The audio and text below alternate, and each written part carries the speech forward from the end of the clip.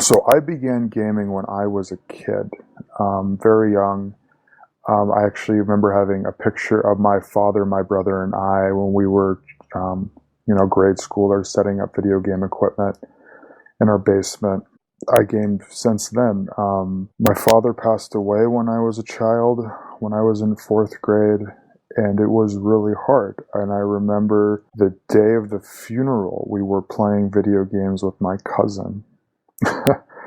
um, I was in fourth grade when my dad died, and I later in grade school, junior high, especially junior high, I was bullied a lot, and especially in eighth grade. Eighth grade was the worst, and I remember I skipped a lot of school to stay home and play games.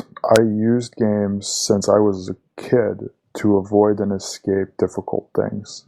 I remember my mother coming home one day and asking me why I didn't go to school today because I was home again playing video games. She said, I don't want to go. I said, I don't want to go to school because I don't want to be bullied. I remember that really hurt her. But I remember that was what video games was when I was a kid. Video games when I was a kid was the safe place to go. And as I got older, high school, college, I still played games in college, but then I graduated high school in 2004. And then in 2005, the very popular MMO came out. And the entire summer of 2005, I went outside my mom's house once. This was the summer after my first year of college. I went outside of my house once the entire summer. And that was one time to walk out onto the porch and to get another game that was in the mail. Other than that, I did not leave the house all summer, and all I did was play games. I had a lot of fights with my mother, but I remember going back to college for my second year. And when my second year started, I walked in, I was in the first class that I was in after the summer was over. And I was absolutely terrified. And I remember saying to myself, like, oh my gosh, these are real people. I actually have to be around real people. And it terrified me because I spent my life hiding away in my mom's house doing nothing. After that summer, I ended up dropping out of college that semester. I got just a job. And I don't think that was the first time where I was like, I think I might have a problem. I couldn't talk to people. I was really overweight, out of shape, unhealthy. And I think like that year, the year after 2005, 2006 is when I really had sort of the come to Jesus, come to Buddha moment about it. But especially in 2007, I remember specifically 2007 being on websites for gaming addiction, the predecessor to this group. And I got off of games in 2007. I took care of myself. I started dating, like a lot of different things. And and I remember like being on a date and like talking about how video games were bad for me and how video games ruined my life and took a lot of things away from me. That was 11 years ago, 12 years ago. 12 years ago. I was just going cold turkey. And then I transferred from a 2-year college that I graduated from to a 4-year college. And the workload, the intensity, being away from home, it all just ramped up. And I eventually went back to games. I don't know when it happened, and I don't know what my reasons were, but I remember struggling with games then. Like I had friends who played the same game I did, and I remember trying to borrow their account and then telling them that I can't play, so they shouldn't give me their account anymore. I remember not having internet at my apartment, and so all I did was just play like these stupid desktop games. There's 100 other things I could have done. I could have finished course incompletes. I could have done other stuff. Still, just sat on my computer for hours and did that. And so the 4-year college that I went to, that I was going to, I ended up dropping out of after a year and a half, maybe 2 years, and I went back home. And because I had tons of incompletes, I wasn't going to class, I was failing on my courses, my relationship with a girlfriend I had at the time was going down the drain. I was playing games, I was just ordering out food, using all my student loans to just buy food and not work, not do anything. So I went home, and I moved back home, I dropped out, and then I played games for the next several months. And I was really depressed, and I was really anxious. The relationship that I was in wasn't going well. And that was the first time I really had a really good understanding of mental health. And really, I learned that I was an introvert, that being around a lot of people was overwhelming. I was in a lot of social groups at the time when I was in college. And so that was my first real thinking of like, I have some mental health stuff going on too. That might be related to why I was using games. Very vague, but that was sort of the start. I Still played. I still knew it was a problem. I still did it. And then I ended up going back to college the following fall semester in my local four-year college back home. So I was able to live at home and still go to school and finish up. I still struggled with games. During those couple years, I broke up with a girlfriend that I had my first year, realized that wasn't a good relationship. But then I also struggled with games on and off. I would quit. I would go back. I would quit. I would go back. I would cut all the control, all the mouses I had. I would destroy all the gaming mouses. I would destroy.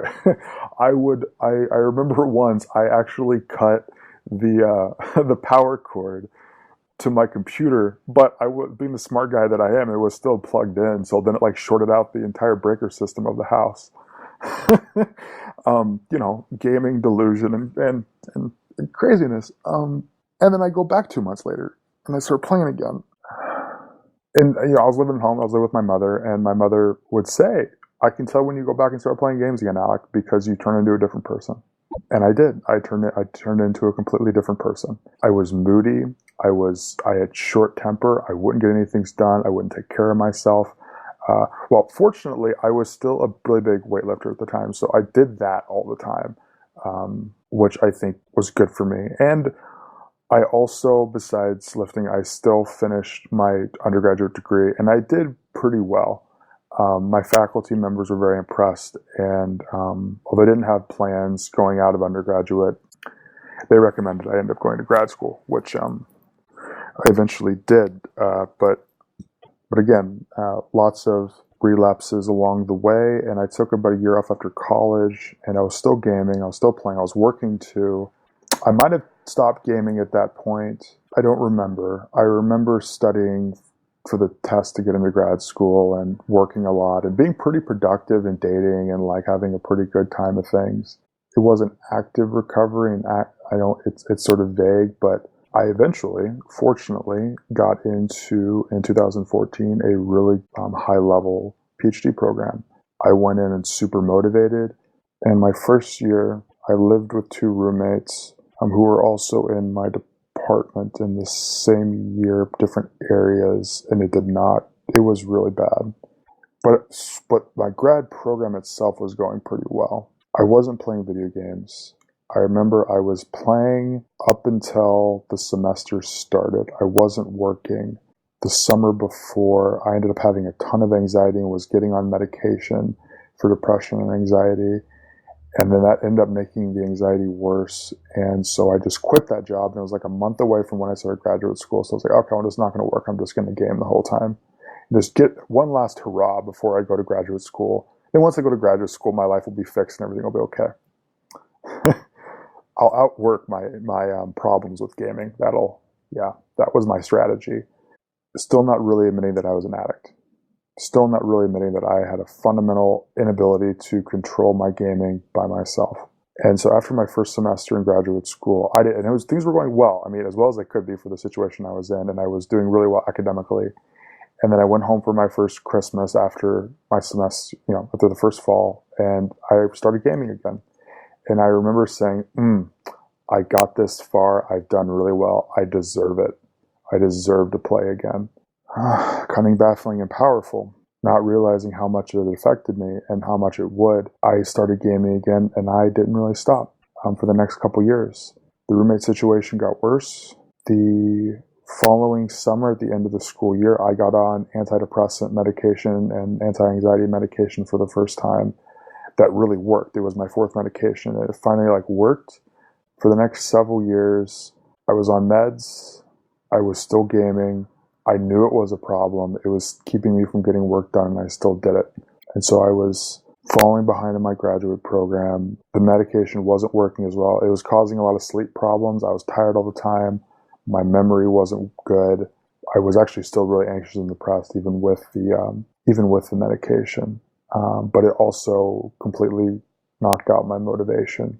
The only thing I became interested in was video games. That was the only thing I was interested in. In November 2017, I left my program. I was about a month away from getting kicked out. I was on probation, and the things I had to complete to get off probation weren't going to get done, and I left. And from November till the following April, I gamed. I didn't work. I was still living in my apartment, so I was racking up debt.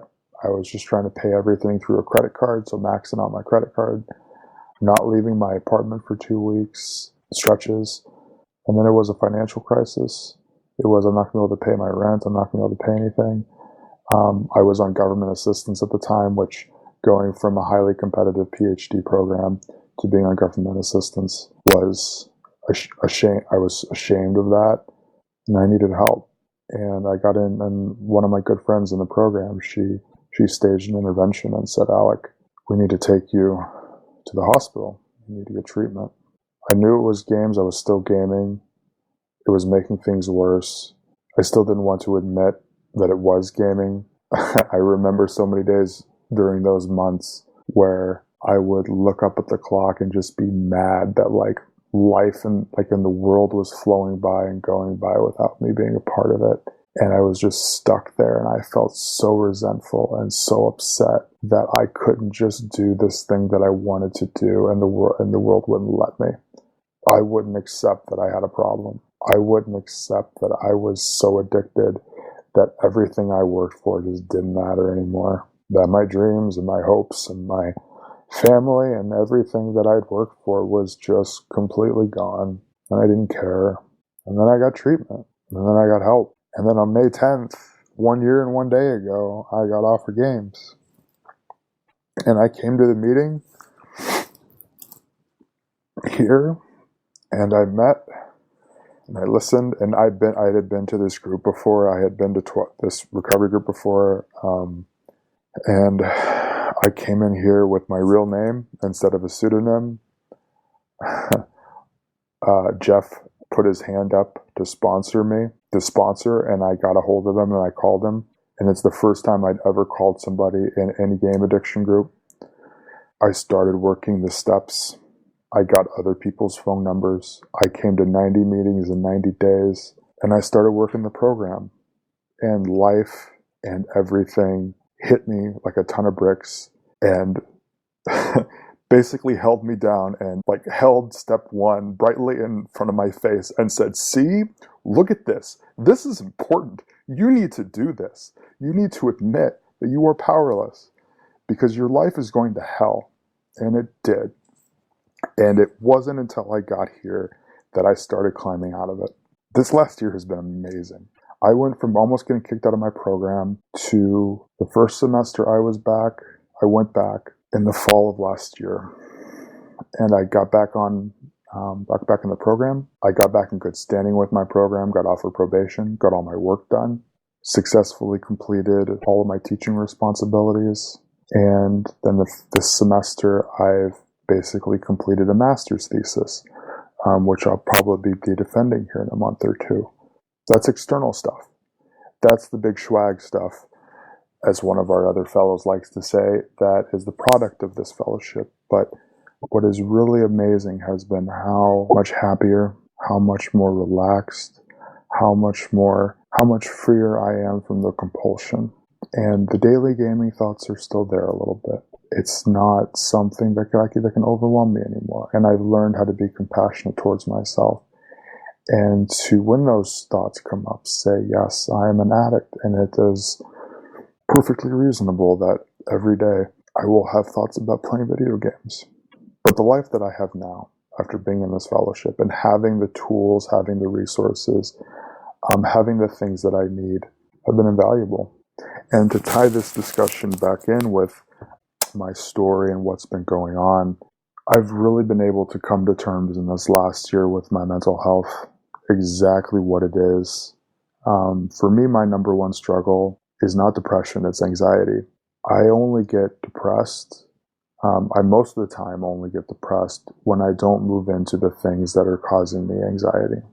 If I make the conscious decision to say, this is really uncomfortable, I do not like this, I want to avoid, and instead I decide to do the thing that I need to do anyways, I always feel better.